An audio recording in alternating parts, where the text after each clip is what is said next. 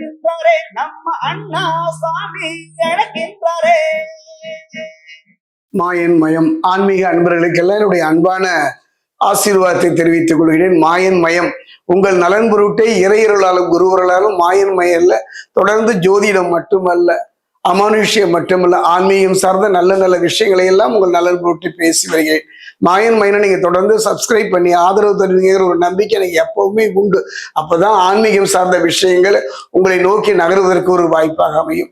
அந்த வகையில் பார்க்கும் பொழுது இயல்புன்னு சொல்லுவாங்க. ஒரு மனிதனுடைய வாழ்க்கையில இயல்பு, ஒரு மனிதன் இப்படித்தான் இயல்பு, அப்படியே காலத்தை கடத்தி விட முடியாது.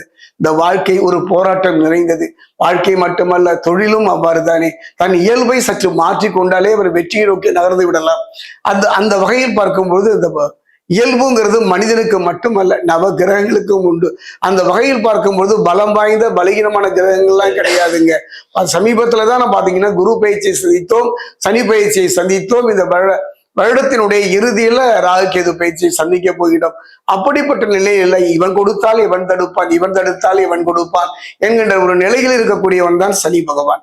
அந்த சனி பகவான் தன்னுடைய இயல்பு நிலையில பாத்தீங்கன்னா அர்த்தாசம சனி, ஜென்ம சனி, பாத சனி, கண்டக சனி, ஏழரை சனி எல்லாம் ஒரு வாழ்வுல விதிதான் 2.5 வருட காலம். இப்படிப்பட்ட ஒரு சூழ்நிலையில 138 நாட்கள் சனி பகவான் ஒரு அருமையான வாய்ப்பை தரப்போகின்றார். அது கடகராசிக்கு எவ்வாறு இருக்கும் என்பதை பார்க்கலாம்.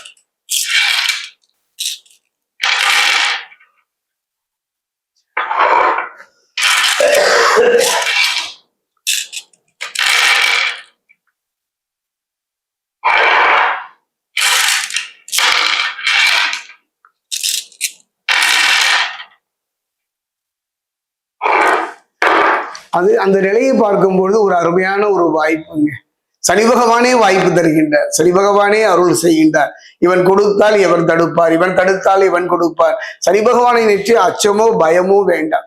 காரணம் கருணையே வடிவானவன், அன்பும் பாசமும், தாயின் மீதும் மனைவியின் மீதும் இந்த தேச மக்களின் மீதும் அன்பு உள்ளவன். என்ன தவறான பாதையில் செல்பவர்களுக்கும், தவறான எண்ணங்கள் உடையவர்களுக்கும், தவறான தொடர்பில் இருக்கக்கூடியவருக்கும், பிறர் மனம் வேதனைப்படுத்தக்கூடியவர்களுக்குரிய தண்டனையை அவர் தரக்கூடியவன் தானே. அந்த வகையில் பார்க்கும் சனி பகவான் பாத்தீங்கன்னா மீனத்தில் இருந்து கும்பம் பயிற்சி ஆவார். ஆனா அப்படி இல்லைங்க. சனி மீனத்தில் இருந்து தன்னுடைய நட்சத்திரத்துக்குள்ளே ரேவதி, அதாவது உத்திரட்டாதியில் இருந்து ரேவதிக்கு பயிற்சி ஆகிட்டார். அதாவது ராசி விட்டு ராசி அவர் பின்னோக்கி நகராமல் மீனத்திலேயே தான் இருக்கும் இடத்திலேயே நட்சத்திரத்துக்குள்ள பயிற்சி ஆகின்ற ஒரு அற்புதமான ஒரு நிகழ்வு, அருமையான சந்தர்ப்பம். மீனத்திற்கும் கும்பத்திற்கும் இடையிலே அவர் பயிற்சி ஆகின்ற ஒரு சந்தர்ப்பம், ஒரு குறுகிய கால வாய்ப்பு தான் 138.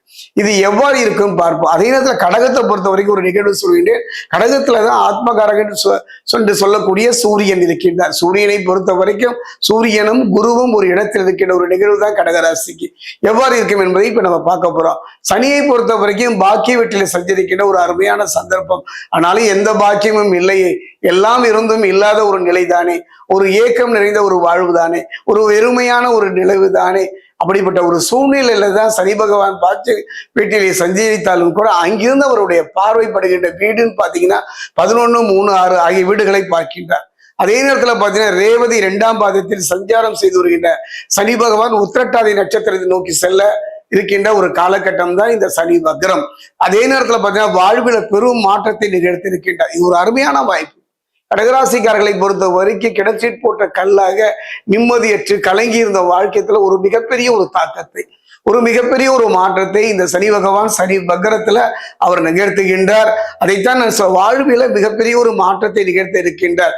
வாழ்வில விரக்தி மனநிலைக்கு சென்றவர்கள் கூட புது நம்பிக்கை, இனி அவ்வளவுதான் வாழ்க்கை, என்னை விட அறிவும் திறமையும் இருக்குங்க, ஆனா எங்கேயோ போயிட்டாங்க, நான் இன்னும் அதே இடத்துல தானே குப்பை கொட்டிட்டு இருக்கேன், இதெல்லாம் கலங்குகின்றீர்களே, கவலையே பட வேண்டாம், புது நம்பிக்கையுடன் வாழத் தொடங்குவீர்கள். அந்த நிலையை சனி வக்ர பயிற்சி கடகராசிக்கு தரப்போகின்றது. குறிப்பா பாத்தீங்கன்னா காரிய தடைகள் விலகும், நினைத்த காரியங்கள் எளிதாக முடியும். ஒரு மனிதனுடைய வாழ்க்கையில தடை வரக்கூடாதுங்க. தடை வர வர மனம் கலங்கி போகும், மனம் விரக்தி அடையும். அந்த நிலை மாறுகின்ற அற்புதம். அந்த தடையும் சரி, குடும்பத்திலையும் வாழ்க்கையிலும் இருந்து வந்த பிரச்சனைகளையும் படிப்படியாக விலகுவதை நீங்கள் அனுபவபூர்வமாக உணரலாம். நினைத்த காரியங்கள் எளிதாக முடியும். அதே நேரத்துல பாத்தீங்கன்னா தைரியம் இழந்து தத்தளித்தவங்களுக்கு மனதிலே ஒரு தைரியத்தையும் இந்த சனி வக்ர பயிற்சி கடகராசிக்கு தரப்போகின்றது. பணவரவு அதிகரிக்கும், கொடுக்கல் வாங்கல் இருந்து வந்த பிரச்சனைகள் குறையும். ராசிக்குள்ள குரு பாக்கியத்தில் அமர்ந்திருக்கும் சனியையும் பார்க்கின்றார். அதே நேரத்துல அங்க இருக்கிறாங்க அந்த வீட்டிலே சனி இருக்கின்றார், குரு இருக்கின்றார், சூரியன் இருக்கின்றார்கள். இந்த மூவரும் பார்வை அற்புதமான யோக பலனை தந்தாலும் கூட அப்பா பிள்ளைகளுக்குள்ள சில கருத்து வேறுபாடுகள் வரலாம். உறவினர்கள் மத்தியில சில மனக்கசப்புகள் வரலாம். கொஞ்சம் பேசும்போது கவனமா நிதானமாக இருந்து விடுங்கள். அதே நேரத்துல பாத்தீங்கன்னா ஒரு குறிப்பா பாத்தீங்கன்னா அவமானங்கள் விலகும்னு சொல்றாங்க. அவமானங்கள் தொழில வாழ்க்கையில நீங்கள் சந்தித்த, இதற்கு முன் சந்தித்த, இனி சந்திக்க போகின்ற அவமானங்கள் இல்லாத ஒரு மனிதனுக்கு அவமானம் வரக்கூடாது. அந்த அவமானங்கள் நம் வாழ்வையே குலைத்து விடும். அந்த அவமானங்களை சந்தித்தவர்கள் அதிலிருந்து விலகுவார்கள். இனி அவமானம் இல்லாத நிம்மதியான வாழ்வை நோக்கி நகர்த்துவார்கள். பதவி உயர்வு கிடைக்கும். குறிப்பா பாத்தீங்கன்னா 9ஆம் வீடுங்கிறது சுபத்துவம். அந்த 9ஆம் வீட்டு சனி பகவான் ஒரு அற்புதமான ஒரு யோக பலனை தரப்போகின்றார். பதவி உயர்வு, ஊதிய உயர்வு கிடைக்கின்ற ஒரு நல்ல மாற்றத்தையும் இந்த காலகட்டத்தில் பெறுவீர்கள். தடைபட்ட சுபகாரியங்கள், பேச்சுவார்த்தை ஒரு நல்ல முடிவுக்கு வரும். இழுபறியாக இருந்த அந்த பிரச்சனை ஒரு நல்ல முடிவுக்கு வருகின்ற காலம். 8ல் ராகு ஆகிய சஞ்சாரங்கள் அற்புதம் தாங்க.